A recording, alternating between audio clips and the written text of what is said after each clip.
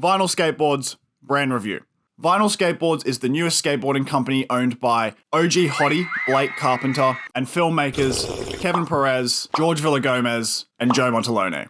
Now, you may be familiar with Blake, originally from Florida, moved out to Los Angeles, got on Toy Machine, rides for Nike, left Toy Machine, kind of free agent for a little bit. Now he's sort of starting his own thing along with these guys. George Villagomez is the one I know the least about and seems to be the hardest to research. If you go to his skatefolio, you can see a few things that he's worked on, but as far as like an interview with him, that's not quite available. The other guys are Kevin Perez, has worked for April and Primitive, also makes his own edits on his YouTube channel. You're probably familiar with some of his work. And then the biggest heavyweight in this is Joe Montalone, or Joe Face.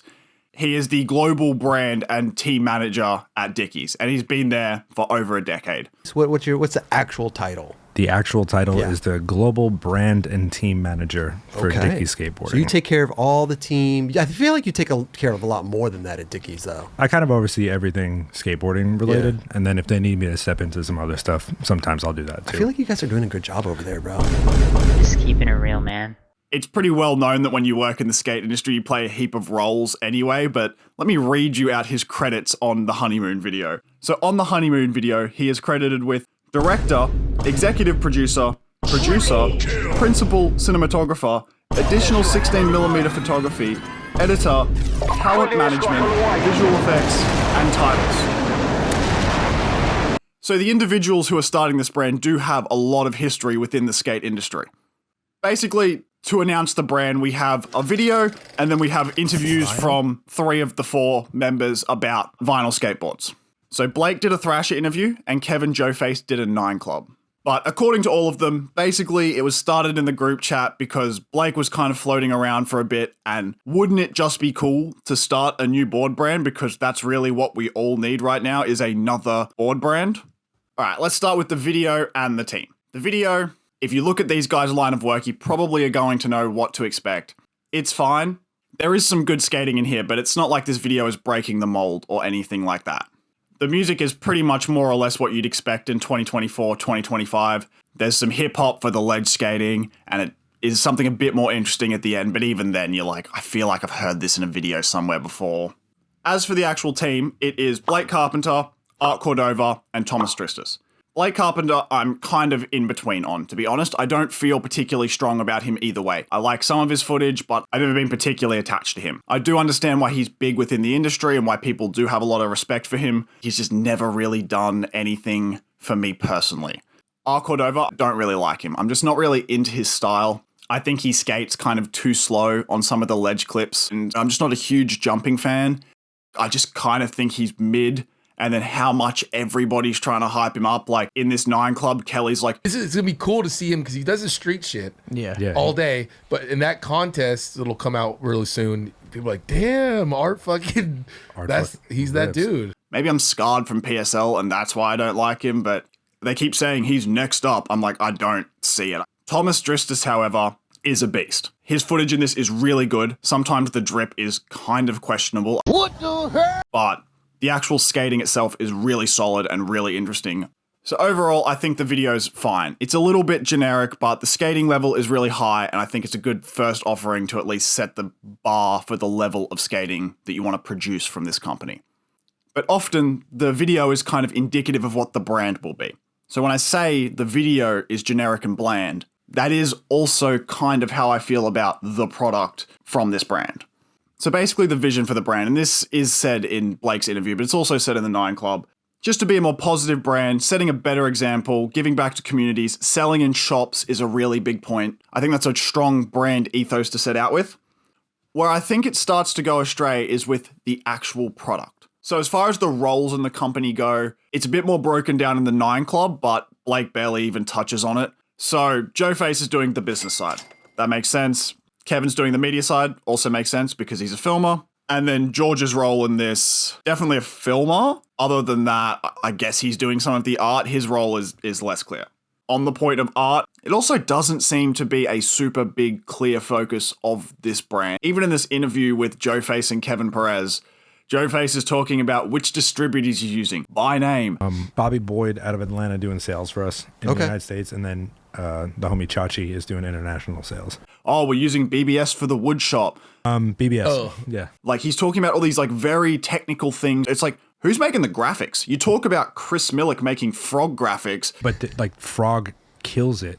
And the people who like their graphics that, Mango does, I think Chris does them. Like people love it. And that's like his thing. Who's making your graphics? Who's making Vinyl's graphics? I think it's Blake, since he is definitely the most opinionated on it, both in this Thrasher interview, but also back in the bunt that he did a few months ago. Get a graphic, look at it, and just be bummed again. And he says he's working on the next drop of graphics. So you kind of assume he has some say in the art direction. Blake actually talks at length about graphics and what he's into at the moment. He says in this bunt interview that he left Toy Machine because he just didn't like the graphics. I just couldn't continue on. I don't know. I just couldn't. I couldn't get a graphic back, or get a graphic, look at it, and just be bummed again, or whatever it was. Like there was just always something. And then in this Thrasher interview, he actually states what he likes in a graphic. So I'll read you his Thrasher interview with what he likes in a graphic. I like wood grain. I like wood grain to be incorporated in the design. I just like a clean graphic with nothing crazy provocative on it or with satanic imagery. That stuff is so played out for this market. We don't need to be trying to sell kids that garbage. That's probably why other brands can't sell a board. So let's just keep all that in mind, that he was bummed on Toy, and then he thinks that a lot of the industry is played out. Let's have a look at Vinyl Skateboards' first drop. So again, I'm not sure Blake has all the art direction here, but if we're going to go on record about how much we hate the industry, why is our first drop a skate shop wall? This blue-green one, this is just giving me a glue vibe. It looks exactly like this board. This vinyl one with the lady, nothing provocative.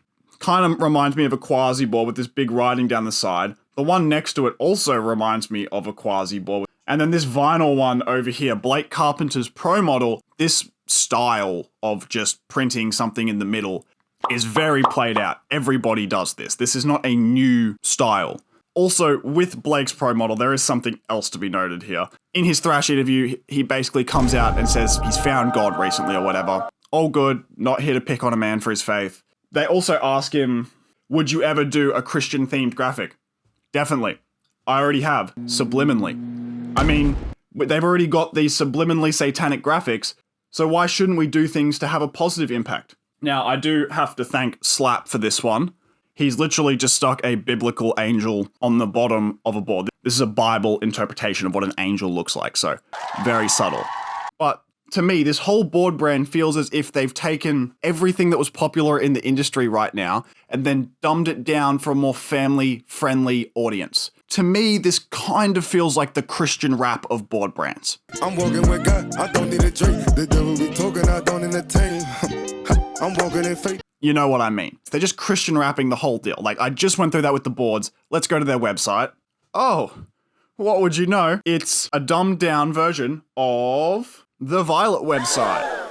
And then look at the clothing. So the logo itself, the vinyl logo, it's not that interesting, just these circles going out from the middle. It looks pretty generic. The most interesting piece in this drop by far are these vintage hats with the distressing, and once again, that's lifted from popular skate culture and more popular skaters. Overall, I do think there's a lack of art direction with vinyl skateboards. It does really feel to me like a dumbed down version of everything that's currently popular within the skate industry or has been popular for the last 5 or so years. I think the lack of creative vision is also kind of evident when you hear what these guys were thinking for other names. So in this Thrasher interview, they do ask Blake other names that it could have been other than vinyl. Here are some of the other names that these guys thought it could have been. Crescent, Mirage, Rose. Rose is the third one Blake said in this interview. They were considering Rose skateboards, one of the most generic and played out things in fashion and culture in general, and they're like, let's make a whole brand around that. Overall, this idea that at least Blake presents in the Thrasher interview of a more positive company, I don't totally think is a bad idea. I think vinyl skateboards would be better off if they focused on making something original and positive rather than trying to copy what's popular and put a positive message inside of it.